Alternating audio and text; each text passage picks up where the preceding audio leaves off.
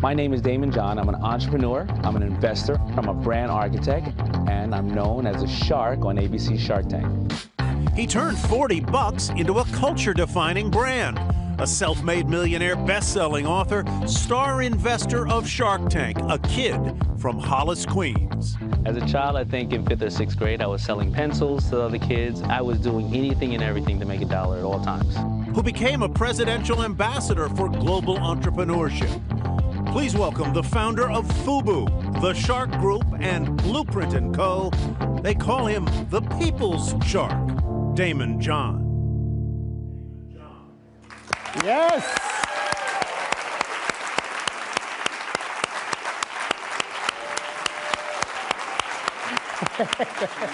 Good to see you. Oh, what a treat for us. Thank you. It's a treat for me. We can't wait. By the way, as a reminder to everybody else, you can tweet your questions for Daymond. We'll read them at the end. Use the hashtag #IconicTour, and we'll get to those in just a few minutes. It's great seeing you live and in the flesh. Your story is already legend, right? Yeah. I mean, it's Nothing's wrong with his mic. Okay. You want to hold? Yeah, sure. Got it. Your story is already so well known, but I'm always struck by what must have been an incredible turning point for you. And that's when your mom mortgages the house for startup capital. Can you talk about how you know when it's time to roll the dice like that? Ooh, well, I would love to say that Mom just said, oh, sure, let's mortgage the house. I had $300,000 in orders, right? And we had mortgaged the house. And, you know, I just believe that mothers are the ultimate entrepreneurs because, you know, they figure it out. They bring this life into the world, and I don't care how many books you read, there is no way to solve that issue, and they figure it out, and that's what entrepreneurs do. So trust me, it was hard getting that money from my mother, because she said, you know, when she got a mortgage for the house, she had to put down $23 for the house, and she said, you don't know what I did for that $23, right? And when I finally had those orders and I came over to her, I said, can you mortgage the house? Or she said to me, I can mortgage it. She said, because we're going to take this money out of the house and put it back in. And that's what we call proof of concept. But to make that story fairly quick for you, I closed FUBU down 3 times from '89 to '92 because I ran out of capital. But I only ran out of $2,000, $5,000, affordable steps that I could take. And then my mother saw me working so hard on creating this process, and we mortgaged the house around '95. So it's not this, you know, whole fly-by-night, hey, I got an idea, let's mortgage the house. I do not recommend that to anybody. You do talk a lot about the affordable step forward. You put it in sort of visual terms where you're in the dark as an entrepreneur, you're sort of feeling your way around, you take a step, and you either take another step or you step back. Right, because true entrepreneurs, we act, we learn, and then we repeat. You know, and no matter what level you're at this level, I am still learning every single day. I'm still failing every single day as well. But you know, you only need 1, 2, 3, 4 aspects of success in whatever you're doing to fuel you to keep going on. So when it came to a decision like that, I mean, putting your house on the line, is it smarter to do that too early, too late? I mean, because no one's going to get it just right. It's smarter to do it, you know, when the business starts calling you, you know, because you have to be real with yourself about how to operate the business, you know. I was just telling people outside, listen, don't quit your day job. You know, I was working at Red Lobster for 5 years as a waiter as I was, you know, running this business. And, you know, I would put in, you know, 40 hours at Red Lobster for the first year, and then it was 40 hours at Red Lobster and 6 hours in FUBU. Then it was 30 hours at Red Lobster, 20 hours of food because money started to come in. But if I would have quit my job after 4 or 5 years, I would have, think about that. Let's say I was making an average of $40,000 a year. After 5 years, that's $200,000 of salary, right? I would have had to sell $1 million worth of more product for FUBU to bring home the $200,000. But I didn't have to do that. I just had to sacrifice time, and you know, I just had to keep working until I found something. And if it would have failed, I still wouldn't have been owing everybody. I wouldn't have had this huge deficit. My credit wouldn't have been ruined for 7 years or whatever the case is. So it's really these theories of quit your day job, you need money to make money. All that is garbage. That's what you mean when you say take inventory of yourself, right? and that includes your energy. It's like a stockroom of energy, stockroom of how much time you have on the shelf, and you make adjustments as you go. How much time you have on the shelf, what people are around you, where are you weak, where are you strong, where do you need advice, who to put on full-time, but who can you get it to do it for part-time, and how can you trade some other aspect of something they need instead of having to come out your pocket with $10,000, $20,000. The first year in Shark Tank, I remember giving a company $250,000. They went and built a $50,000 website when they needed a $1,000 Facebook page. Right? They went out ahead and ordered inventory for $50,000 worth of their inventory. It was crap inventory, so whether you have, you buy 2 pieces or 50,000 units, if it's crap, it's crap. Now you've lost money on it, and you got to pay for it to be stored someplace, and when people buy it, they're buying it 10 cents on the dollar. So it's all about this whole theory of just blowing and spending money and just, people watch Wall Street and Dynasty too much. That's all crap. It really is. This is a big theme with you, for anybody who doesn't know. You talk about, the power of Brooke, which we've all heard. Yeah. But you also talk about the failure of the overfunded. Correct. Right? Which is weird, because all we hear is about, you got to raise capital, you got to pitch and raise capital. But you know what we're hearing it from? The people who want to take your money. That's the people we're hearing it from. Because no matter what, in any transaction, somebody makes a profit. I don't care where it is. And all the people, all these people in this audience today are working to be entrepreneurs or intrapreneurs at companies, and they're working to build a product. The people at home trying to steal from you are only working on how to convince you that you need to spend money with them in some fashion, form, or sense. Because they, for some reason, have the secret. And I have been holding back the secret to success for many years. I finally found out what it was. Oh, really? I didn't want to share it with anybody, but I'm going to share it with you today. It's a good day to do that. I'm going to share it with you today. Okay. Work.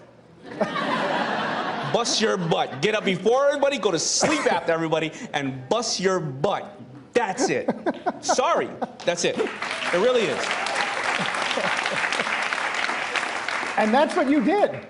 I mean, that's what you did outside the New York Coliseum. Well, what about you? You think that, look, many people would say, you just get up here and talk with your fancy suit, you look all cool, right? Nice haircut, I shouldn't have worn this. Right?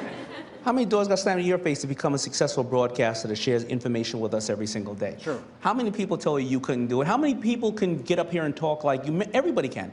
But how many people can share information the way you do it, in the way that it resonates with them, and it's not just you being a blowhard about yourself, right? Yeah.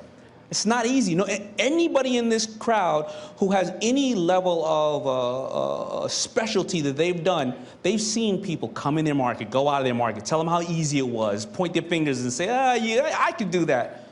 It's the same thing of being an entrepreneur. You have to bust your butt every single day and become the best you can every single day.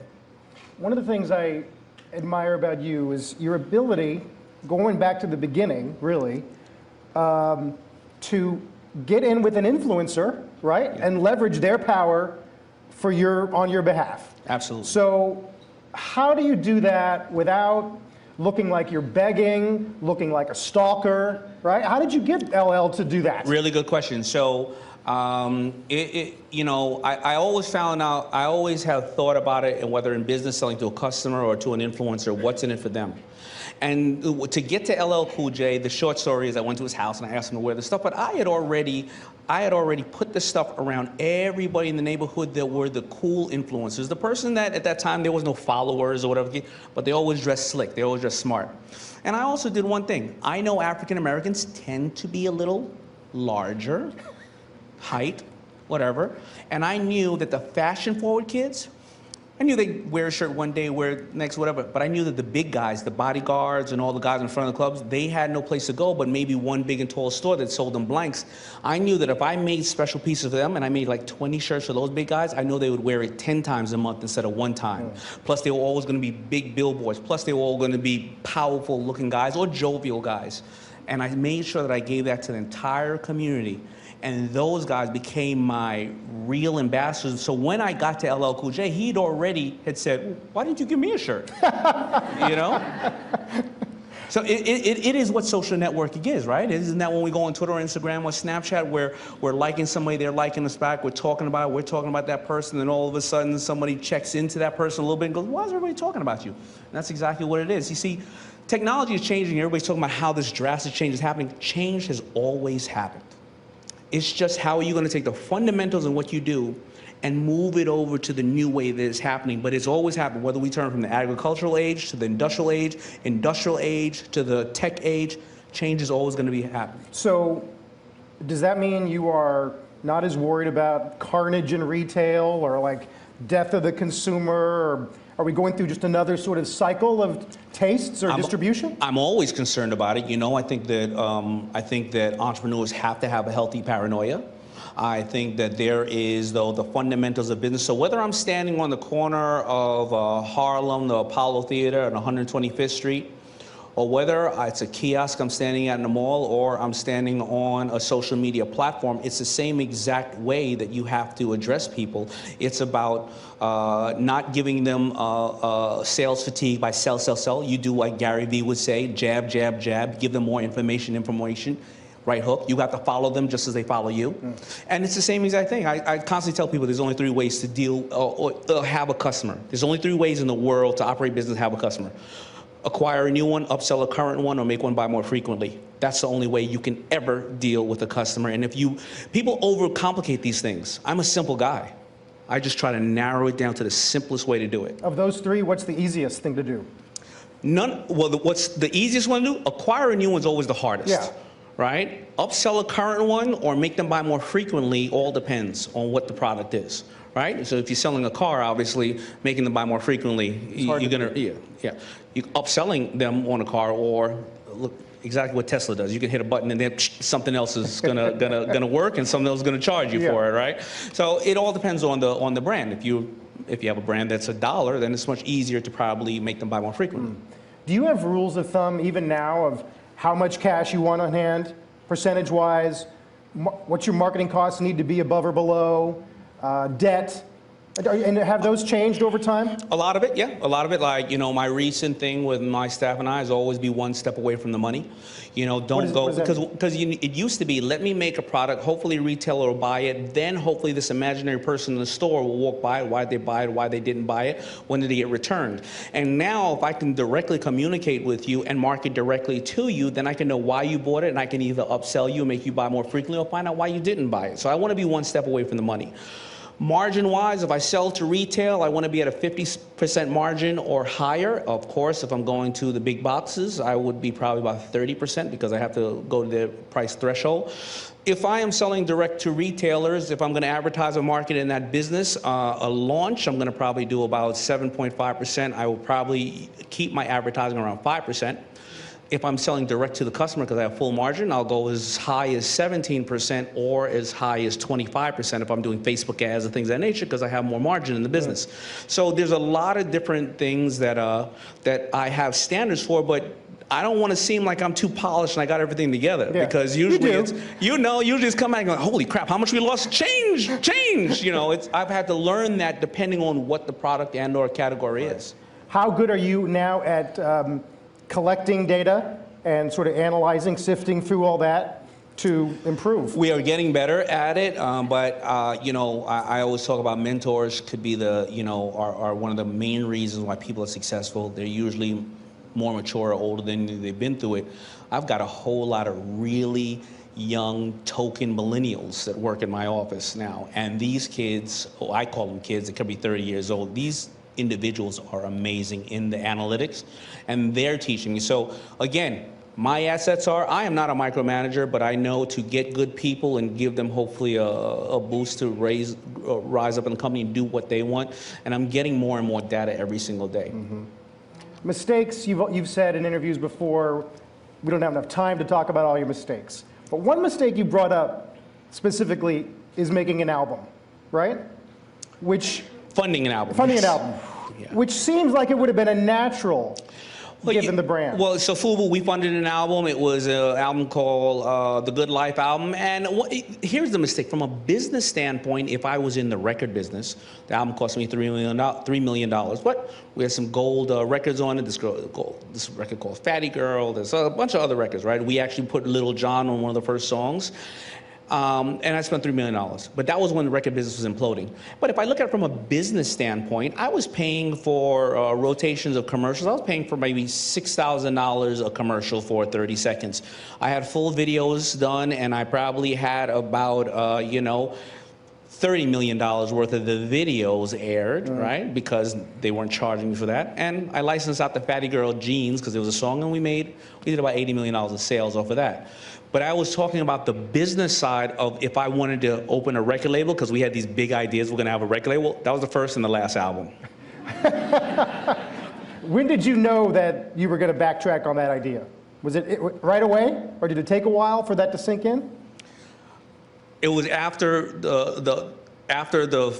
probably about the 300th person started rapping to me in the streets and telling me that they were a rapper or a singer. And by the way, here's a couple of people we turned down that came over to the record label. Ashanti, 50 Cent, Eminem. We turned them all down. We said, get out of here, you'll never be anybody. And guess what? If they were signed to us, they wouldn't have been anybody, so good luck to them. If your business is young and you find some talent you really like and they want equity, how resistant are you? Would you rather give them big fat cash before you start giving them a piece of the business? Absolutely, but I'm not going to give them big fat cash. I would give them, and I would hope that I would give them some criterias and triggers to option into the company. Because if you're going to take big fat cash, then you have to probably second guess their belief in the company. Right? Because, hey, just give me a check because you're going to burn and I'm going to already have my interest taken care of. I understand they're probably people that have a lot of value, but is there triggers that they can hit? If you dedicate a certain amount of time or we get to a certain amount of money, play on their ego. The same as I played on LL's ego. Well, I don't know if you're so good. I mean, you could probably take this company to the roof. The same exact thing. FUBU, we have this big obnoxious 05 on all of our garments. It was because it was always 5 of us, but the 5th member never stuck around. It was 5 of those 5th members that never stuck around because they didn't want to put in the time and the energy. So I don't agree that people should just bring people on, immediately give them equity and get going. It's a dating process no matter what.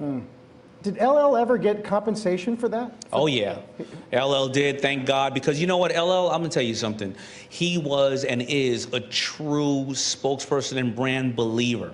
You know, people today, it's very clear if somebody's just getting a check or somebody's dedicated to it. And LL, like, he would put FUBU in the Gap commercial, and instead he would mail it to all his friends. He is by far one of the best spokespersons I ever worked with, and I work with them all. You know, I worked with Pitbull. I've done the first 3 years of the Kardashians. I did all their product integration. I walked them around this entire city here, and I said, for $75,000, I can get some of my friends, their clothing brands, I can get them to wear your entire brand the whole year. They were like, they'll never be anybody. I heard the same thing about Pitbull, and these are the type of individuals, when you see how big and successful they are, it's because at the end of the day, they wake up before everybody. They're men and women of their word. No matter what we want to think about Kris Jenner and Kardashians, they are about their business first. Yeah. And those are only kind of entrepreneurs that I love dealing with. Entertainers who are entrepreneurs first. Is it ever, I mean, we're not you, so how do we get through their layers and layers of management, lawyers, accountants, publicists? Yeah. Can we even be expected to do that? You can. I've seen it happen all the time. I see that what they do is exactly what I did on a different level. They go to the influencers who have 10 followers, 1,000 followers, whatever the case is. They bet it there. You learn your mistakes there and what's good and what's not. Listen, a Kim Kardashian may not be the best person for your brand. Everybody thinks that just because the name, it's not the name. If she has 100 million followers, 20 million of them are girls that love her, 20 million of them are girls that hate her, and 60 million are guys with lollipops and trench coats on. It doesn't, so, you know, if you're selling Bobby Brown, you know, a beautiful makeup company like that, she probably may not be the one. But if you get, 100 people have 1 million followers that are experts in that field and people follow them, for certain reasons, listen, you guys hear me on CNBC, I'm like the Kardashians of CNBC, right? But people like Gary Vaynerchuk have more followers than me, right? Yeah, okay. Because of the purity of who he is, right? I got to be careful because I'm on Disney. Mickey Mouse will fire me if I curse. Gary will curse every single person out in this crowd right now by name. A couple questions, and then I want to ask you for a tutorial for people who want to go on Shark Tank. But one last question here. In terms of keeping a brand fresh, once you've achieved success, once you're a lifestyle, right, like you are, how do you keep it from falling into, some would say, what happened to Hilfiger, right? Where you start migrating to demographics you didn't want to be in from a marketing standpoint? Extremely hard. It's what I wrestle with all day. FUBU is not where it used to be. But I found, I listened to Richard Branson one time, and it was fascinating. He said how he had sold Virgin Records, and then he went over to Virgin Airlines or whatever cases, and now he has 300 businesses. And he found that he really likes the fundamentals of business, applying it to something new. It's like a Cracker Jack box. And I find that challenging as well myself.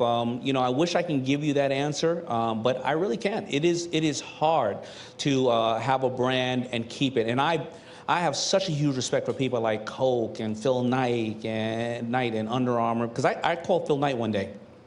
I said, hey, how you doing, Phil? I think you're getting into hip hop, you know, whatever the case is, and you know, I can help you with some of these hip hop artists. He said, yeah.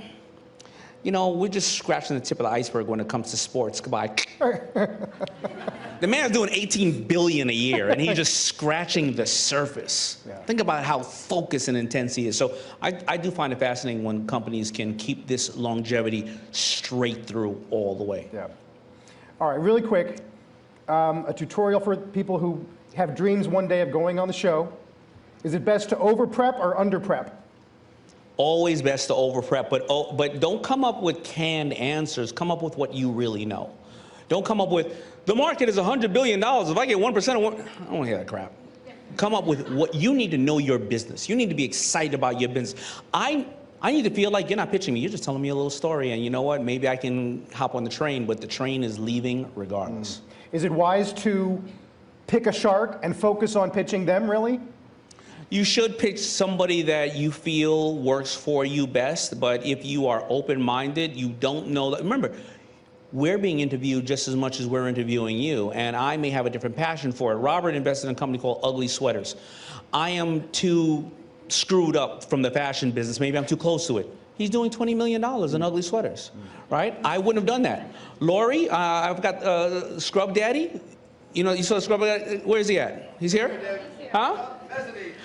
Where? On the mezzanine. On the mezzanine. So Lori's done, I think, $80 or $100 million in Scrub Daddy, and Scrub Daddy is a wonderful product. It's a sponge, right? I mean, it's a piece of crap as far as I'm concerned.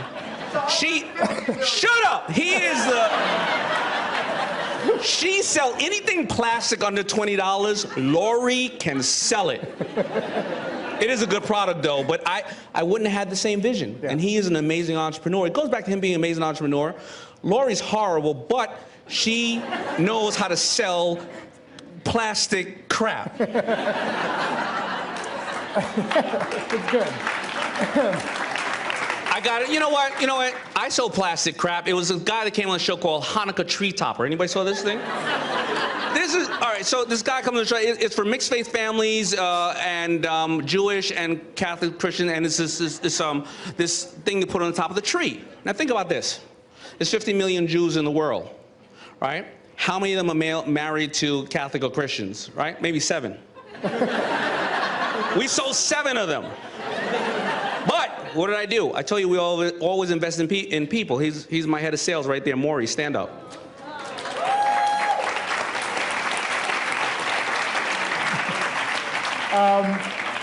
Is there a word or phrase that a contestant says that makes you instantly perk up? It's going to be some sales. Sales is, you can have your own opinion, but you can't make up your own facts. Sales cures all. And no matter how much you're looking at somebody and going, this person's an idiot. And they go, I got 20 million in sales. You go, wait a minute, maybe I'm the idiot. What's going on here? Maybe you didn't relay it the right way that this business is going. Sales cures all. And then finally, you shoot a bunch of shows in a row. Yes. So how are you not fried at the end of that? I am. We're going to start next week. We see about 200 entrepreneurs. Maury and Scrub Daddy Guy can tell you those pitches range from 45 minutes to about 2.5 hours. 45 minutes? To 2.5 hours, yeah. You see 8 minutes of it. And we see 100 entrepreneurs in June and 100 in September. you don't want to be the 99th or 100th person coming through that door, especially after that last night we went drinking because it was like one last day. We are like, yo, we are out. But it's fun. It's competitive. I'm sitting on the stage with really brilliant people. I'm getting to see amazing people like these individuals who are doing business a whole nother way. The adrenaline is running. I'm about to either get embarrassed on national TV, maybe lose $1 million, $500,000, embarrass Mark Cuban. I'm always helping Barbara count because she can't count. She gotta take her shoes off, count with her fingers and toes. It's fascinating. It really is. We got some questions here from viewers. Any advice for ways to balance brand authenticity while pushing boundaries to reach a new consumer? Very, very hard. You have to pay homage and pay over attention to the customer that you are is supporting you. The best way to do it is ask that person to go out and spread the word. And that is really what social media is, isn't it? It's talking to somebody and retweeting it, regramming, whatever the case is.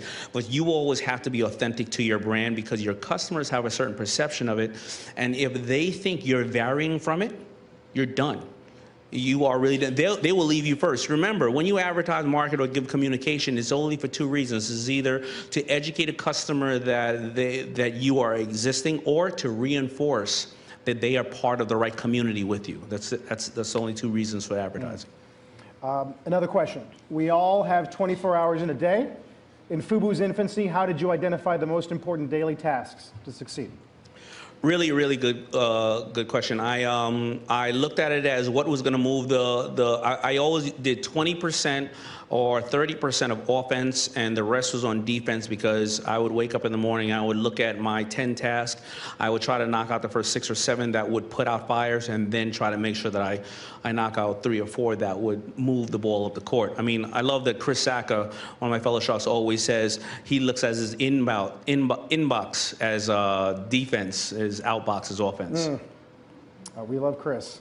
What are some identifiable goals and benchmarks when looking to establish proof of concept for a business or brand?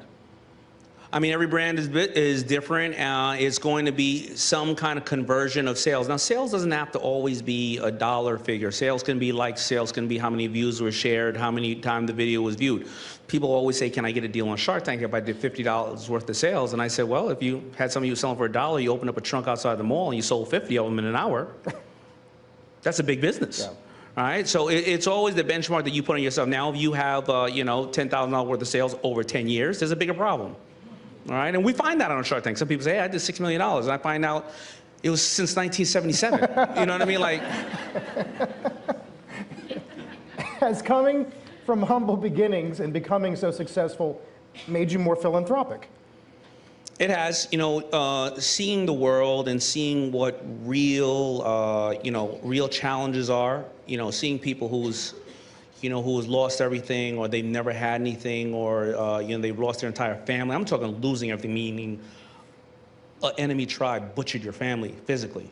And then when I come back and I see that we're complaining over not being able to get the new big screen TV, or seeing our animals that can't defend themselves, and and we're doing things to them, it has made me more philanthropic. So, I'm all about clean water. I'm about taking legal guns off the streets. I'm about financial intelligence. I'm about educating our minorities to be empowered a little bit more. I have 3 daughters, a wonderful mother, and my ex-wife and my current fiance. I am surrounded by beautiful women. I'm about women empowerment. About appreciating our most underappreciated commodity in this country, which are teachers. So these are the things that I'm passionate about. Really nice. Thank you. Just as a quick follow, not to get too political, does it matter to small business or entrepreneurs who's in the White House at any given period, or who controls Congress? Yeah. Not at all. It does not matter, because you can have a college degree from Harvard. I've met a bunch of people with a college degree from Harvard who are scooping ice cream somewhere. So that doesn't give you anything. The government is not going to do anything for you. Listen, I don't care who's in government, but if the top job for men in this country are operating heavy machinery and trucks, if everything's going automated and autonomous, then what is Congress going to do for you? If you don't learn coding or anything else like that, then you're out of a job. You're done. All right, so it's all about educating yourself, and we're at a time when things are changing so fast. You have to remember what your parents used to say to you. Go to the library, pick up a book and read. Go on the internet, pick up and understand how to code. Understand that you don't need a $50,000 website, and if you do, you're gonna build it yourself. You are now $50,000 in the black. That's what's happening now. Nobody's gonna do it for you. You have to educate yourself. Thank you. Last question. How do you bring your business idea into tangible products? How do you find somebody who will help you create your product? I mean, that's sourcing. That's very hard. I mean, even at this stage, we're still sourcing over different countries and different things like that. How do you find somebody? I mean, it all depends on what you're trying to do. Listen, you're trying to make a T-shirt. You go down, go down to a local T-shirt printer or a seamstress and get it made. You're trying to make a heart valve. You got a different issue, a different issue right there. So I don't really know. That's a very general question. Very, very hard. Daymond John, ladies and Thank you. gentlemen. Wow. You are the man. Daymond, thank you. We want to thank all of you. I want to thank our partners in Inc. Magazine, our sponsors at T-Mobile. Don't forget LA, next stop in September. Hope you'll join us for that. In the lobby, the bar is open. Thank you, guys. Nice work. That was great. Hey there, thanks for checking out CNBC on YouTube. Be sure to subscribe to stay up to date on all of the day's biggest stories. You can also click on any of the videos around me to watch the latest from CNBC. Thanks for watching.